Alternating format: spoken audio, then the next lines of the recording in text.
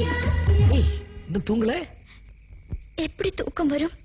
ஓ, எனக்காக காத்துட்டு இருக்கியா? இந்த பாரு, உனக்காக பூ அல்வா எல்லாம் வாங்கிட்டு வந்திருக்கேன்.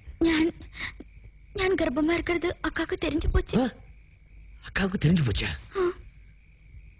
சரி, என்னைக்காவது ஒரு நாள் தெரிய போகுது.